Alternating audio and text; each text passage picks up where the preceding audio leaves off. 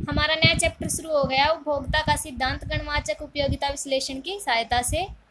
तो सबसे पहले हम ये देखेंगे कि गणवाचक जो है उसका अर्थ क्या होता है, गणवाचक संख्याएं कौन सी होती हैं। गणवाचक संख्याएं वे होती हैं वह संख्याएं निश्चित होती हैं जिन्हें हम घटाया जोड़ कर सकते हैं, जिनको घटाया या जोड़ा जा सकता है उन्हें हम गणवाचक संख्याएं कहते हैं।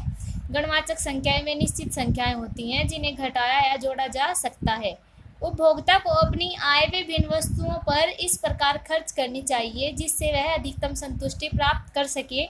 ये जो हमारा चैप्टर है इसमें हम सिर्फ इसी बात का अध्ययन करेंगे कि उपभोक्ता को अधिकतम संतुष्टि कहाँ पर प्राप्त हो रही है, वो उपयोगिता अधिक कहाँ से प्राप्त कर रहा है। तो उपभोक्ता को अपनी जो उसकी निश्चित आय है उसे विभिन्न वस्तुओं पर इस प्रकार खर्च करना चाहिए जिससे वह अधिकतम संतुष्टि प्राप्त कर सके अथवा संतुलन की स्थिति प्राप्त कर सके।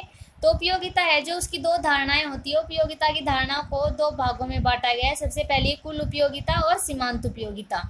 कुल उपयोगिता किसे कहते हैं? एक वस्तु की विभिन्न मात्राओं का उपभोग करने पर जो उपयोगिता प्राप्त होती है, यानी कि ये कोई वस्तु है जिसे हम खरीद रहे हैं, उसका हम उपभोग कर रहे हैं, तो उसको एक खरीदने से हमें जो संतुष्टि जो यूटिलिटी हमें प्राप्त होती है उसे हम उपयोगिता कहते हैं।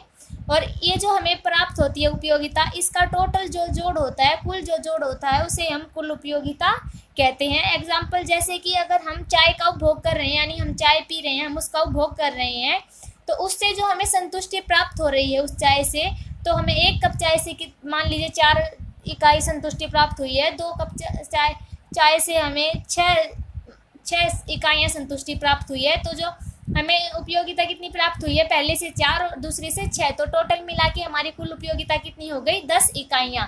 तो यानी जो हमें विभिन्न मात्राओं का उपभोग करने से जो उपयोगिता प्राप्त होती है उसका जो कुल जोड़ होता है उसे हम कुल उपयोगिता कहते हैं। ये इसका सूत्र होता है TUX बराबर है फंक्शन ऑफ क्वांटिटी x। अगला है सीमांत उपयोगिता कौन सी होती है? वस्तु की एक अतिरिक्त इकाई का उपभोग करने पर कुल उपयोगिता में जो वृद्धि होती है वह सीमांत उपयोगिता कहलाती है।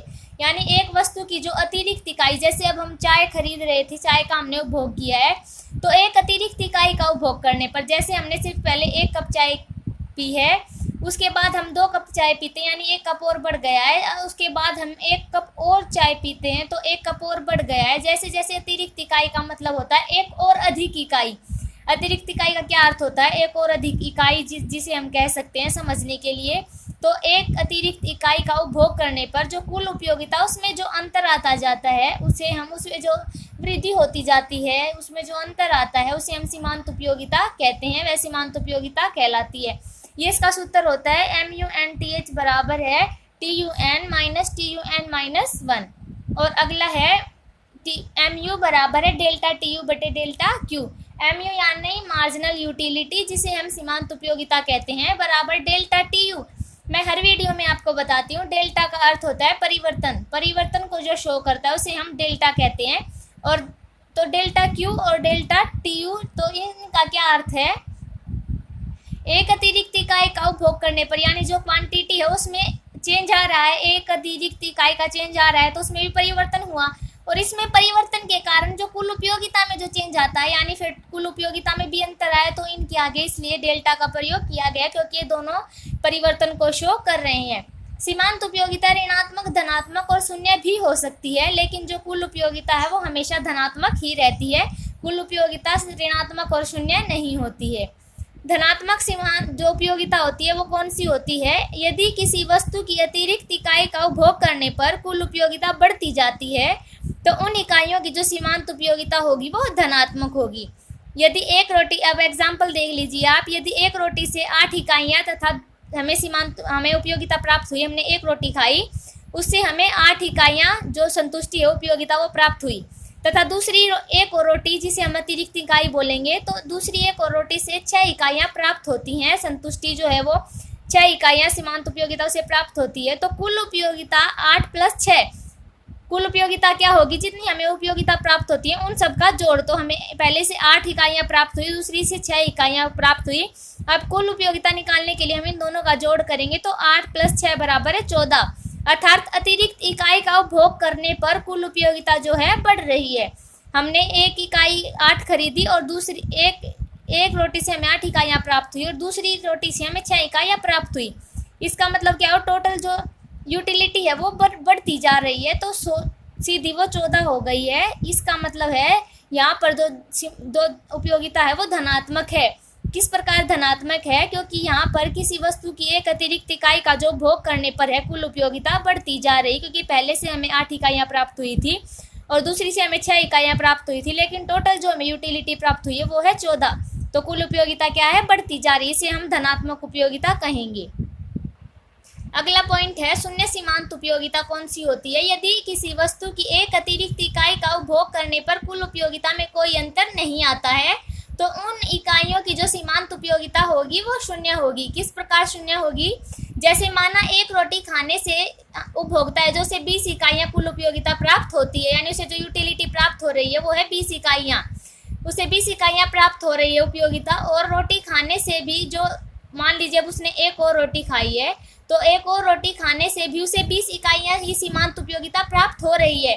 प्रथम रोटी से भी उसे 20 इकाइयाँ प्राप्त हो रही हैं और दूसरी जो रोटी उसने खाई उससे भी उसे 20 इकाइयाँ प्राप्त हो रही हैं, यानी जो कुल उपयोगिता पहले भी 20 थी और अब भी 20 है, इन के बीच में कोई डिफरेंस नहीं आया है। तो अगर इन जो एक अतिरिक्त इकाई का उपभोग करने पर कुल उपयोगिता में कोई अंतर नहीं आता है तो वहाँ पर सीमांत उपयोगिता जो हमें प्राप्त होगी वो शून्य होती है। सीमांत उपयोगिता कहाँ पर शून्य होती है? जहाँ पर कुल उपयोगिता में कोई परिवर्तन नहीं आता है। दूसरी रोटी से प्राप्त सीमांत उपयोगिता शून्य होगी।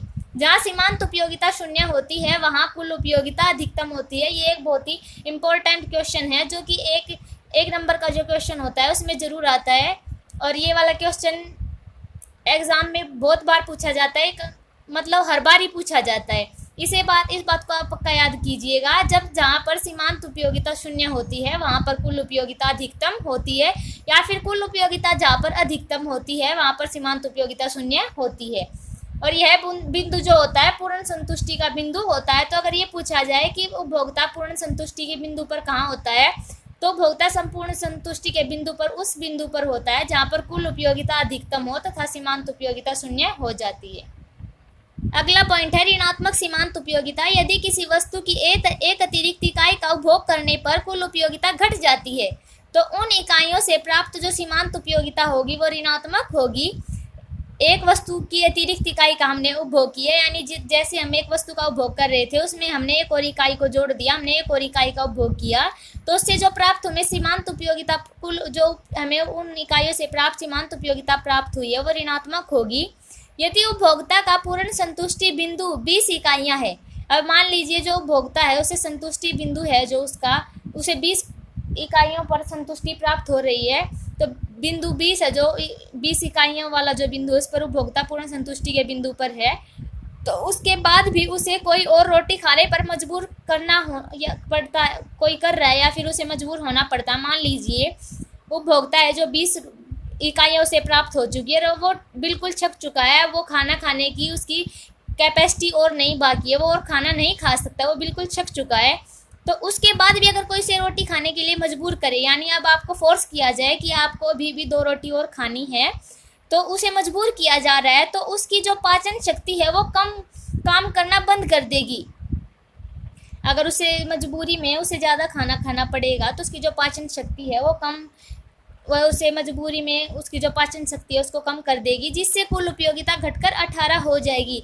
अब एक आदमी छक चुका है, उसे ज़्यादा मजबूर किया जा रहा है खाने के लिए, तो अगर उसे वॉमिटिंग भी हो सकती है, इतना खाना खाने से उसे पेट में भी दर्द हो सकता है, उसे कोई भी प्रॉब्लम हो सकती है शारीरिक, तो उसकी जो यूटिलिटी है वो कम हो जाएगी, क्योंकि उससे उसे नुकसान हुआ है, कोई फ़ायदा उसे नहीं हुआ है। तो उससे जो उसकी यूटिलिटी है वो 20 से 18 हो जाएगी, यानी घट जाएगी, कुल उपयोगिता वो घटकर 18 हो जाएगी। अब 18 माइनस अगर 20 करेंगे तो हम माइनस आता है 2। ये क्या सिद्ध करता है? ये एक ऋणात्मक संख्या है, अर्थात जो उपभोक्ता की उन इकाइयों से प्राप्त सीमांत उपयोगिता होगी वो ऋणात्मक होगी। इस स्थिति में जो उपभोक्ता की सीमांत उपयोगिता होती है वो ऋणात्मक होती है। ऋणात्मक उपयोगिता किस स्थिति में होती है? यदि किसी वस्तु की एक अतिरिक्त इकाई का उपभोग करने पर कुल उपयोगिता घट जाती है तो सीमांत उपयोगिता ऋणात्मक होती है। हम तालिका की सहायता से इसे समझने की कोशिश करेंगे। अब आप देख सकते हैं पहले बॉक्स में क्वांटिटी को दिया गया है, दूसरे बॉक्स में टीयू यानी टोटल यूटिलिटी को दर्शाया गया है, कुल उपयोगिता को। अगला जो बॉक्स है उसमें हमने एमयू को दर्शाया है यानी मार्जिनल यूटिलिटी, सीमांत उपयोगिता को। और ये है हमारा डिस्क्रिप्शन यानी वर्णन, ये किस प्रकार किया जा रहा है। अब जब क्वांटिटी एक है यानी उपभोक्ता है जो एक वस्तु का उपभोग कर रहा है, मान लीजिए उपभोक्ता एक रोटी खा रहा है, इस स्थिति में उपभोक्ता एक रोटी खा रहा है, तो उपभोक्ता को जो मिलने वाली यूटिलिटी है वो कितनी है, 8 इकाइयाँ उपभोक्ता को यूटिलिटी प्राप्त हो रही है एक रोटी से। तो हमारी मार्जिनल यूटिलिटी क्या होगी, वो तो 8 ही होगी, क्योंकि अभी तो उपभोक्ता को पहला पॉइंट उसका शुरू ही हुआ है, तो उसे 8 उपयोगिता ही प्राप्त हो रही है। अगला पॉइंट है जब उपभोक्ता एक और रोटी खाता है यानी 2 रोटियां उपभोक्ता खाता है, तो उपभोक्ता को अच्छी लगती है रोटी एक और, तो इसलिए वो खाना पसंद करता है उसे। अब उपभोक्ता को 14 इकाइयाँ यूटिलिटी प्राप्त होती है। और सीमांत उपयोगिता का क्या अर्थ होता है, एक अतिरिक्त इकाई का उपभोग करने पर कुल उपयोगिता में जो अंतर आता है उसे हम सीमांत उपयोगिता कहते हैं। एक अतिरिक्त इकाई अब उपभोक्ता ने कौन सी खरीदी, एक और रोटी का उपभोग उपभोक्ता ने बढ़ाया है, तो वो 2 हो गया है। अब इसके कारण जो कुल उपयोगिता में अंतर है यानी अब उपभोक्ता को 14 जो इकाइयाँ प्राप्त हुई हैं और 8 और 14 के बीच का जो डिफरेंस है उसे हम क्या कहेंगे, सीमांत उपयोगिता। तो 14 माइनस 8, 14 है जो माइनस 8 करेंगे तो हमें 6 प्राप्त होता है। ये हमारी मार्जिनल यूटिलिटी यानी सीमांत उपयोगिता, ये सीमांत उपयोगिता है। जब एक और इकाई का अतिरिक्त इकाई का उपभोक्ता उपभोग करता है यानी 3 अब वो रोटियां खाता है, तो अब उपभोक्ता को 18 यूटिलिटी प्राप्त होती है। और अब 14 और 18 और 14 को हम माइनस करेंगे तो हमें प्राप्त होता है 4, क्योंकि इन दोनों के बीच का जो अंतर होगा कुल उपयोगिता की एक अतिरिक्त इकाई का उपभोग करने पर जो कुल उपयोगिता में अंतर आता जा रहा है उसे हम सीमांत उपयोगिता कहते हैं। तो अब इनका जो आंसर आया वो है 4। ये क्या शो कर रहा है, ये शो कर रहा है कि धनात्मक सीमांत उपयोगिता है यानी कुल उपयोगिता बढ़ रही है। आप देख सकते हैं पहले कुल उपयोगिता 8 थी, अब 14 हो गई, उसके बाद उपयोगिता है जो 18 हो चुकी है और उससे आगे जो उपयोगिता है वो 20 है, तो यानी कुल उपयोगिता बढ़ती जा रही है। इस स्थिति में जो सीमांत उपयोगिता होगी वो धनात्मक होगी। अब उपभोक्ता एक और रोटी का उपभोग करता है, 4 वो रोटियां खाता है, तो उपभोक्ता को कितनी यूटिलिटी प्राप्त हो रही है, अब उपभोक्ता को 20 यूटिलिटियां प्राप्त हो रही है। उपभोक्ता 20 यूटिलिटी प्राप्त कर रहा है, 20 माइनस 18 बराबर है 2। 5वीं रोटी जब उपभोक्ता खाता है तो उससे उसे 20 यूटिलिटी ही प्राप्त होती है, यानी जो यूटिलिटी कुल उपयोगिता है उसमें कोई अंतर नहीं आ रहा है। 20 माइनस 20 बराबर है 0। इस स्थिति में जो है उपभोक्ता सीमांत उपयोगिता जो है ऋणात्मक सीमांत उपयोग हमें प्राप्त होगी। इस पॉइंट के बाद जो 0 है उसके बाद हमें ऋणात्मक सीमांत उपयोगिता प्राप्त होनी शुरू हो जाएगी, क्योंकि ये जो पॉइंट है यहाँ पर उपभोक्ता की जो कुल उपयोगिता उसमें कोई डिफरेंस नहीं आ रहा है, यानी सीमांत उपयोगिता इस पॉइंट पर 0 है।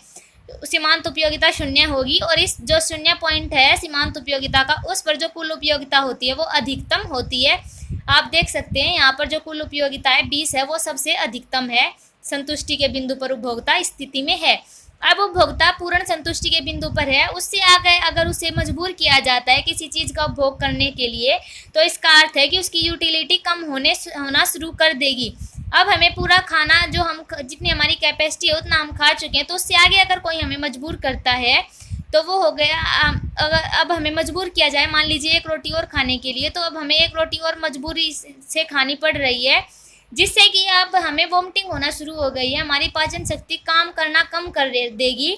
इससे जो हमारी यूटिलिटी है वो कम हो गई है, यानी वो 20 से कम होकर 18 हो गई है।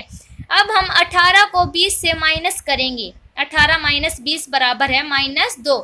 ये क्या शो कर रहा है, यह एक ऋणात्मक संख्या है जो कि बता रहा है यहाँ पर सीमांत उपयोगिता है जो ऋणात्मक हो गई है, और सीमांत उपयोगिता ऋणात्मक है तो कुल उपयोगिता घट रही है। इस पॉइंट पर जो कुल उपयोगिता है वो घट रही है और सीमांत उपयोगिता ऋणात्मक हो चुकी है इस पॉइंट पर। आज की वीडियो में बस इतना ही, मिलते हैं नेक्स्ट वीडियो में नेक्स्ट टॉपिक के साथ। अगला जो हमारा टॉपिक होगा जिसकी वीडियो कल आपके पास आएगी उसमें हम बात करेंगे कुल उपयोगिता और सीमांत उपयोगिता में क्या संबंध होता है। डायग्राम की सहायता से हम उसे समझने की पूरी कोशिश करेंगे और उसे हम अच्छे से समझेंगे।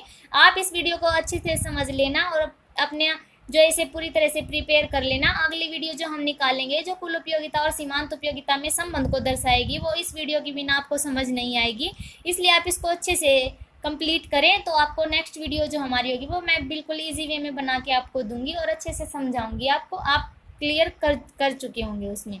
एंड डोंट वरी, आप बिल्कुल आसानी से इसे कर पाएंगे, आप करिए और नेक्स्ट वीडियो में आपको जल्दी ही दे दूंगी। Thanks for watching my video.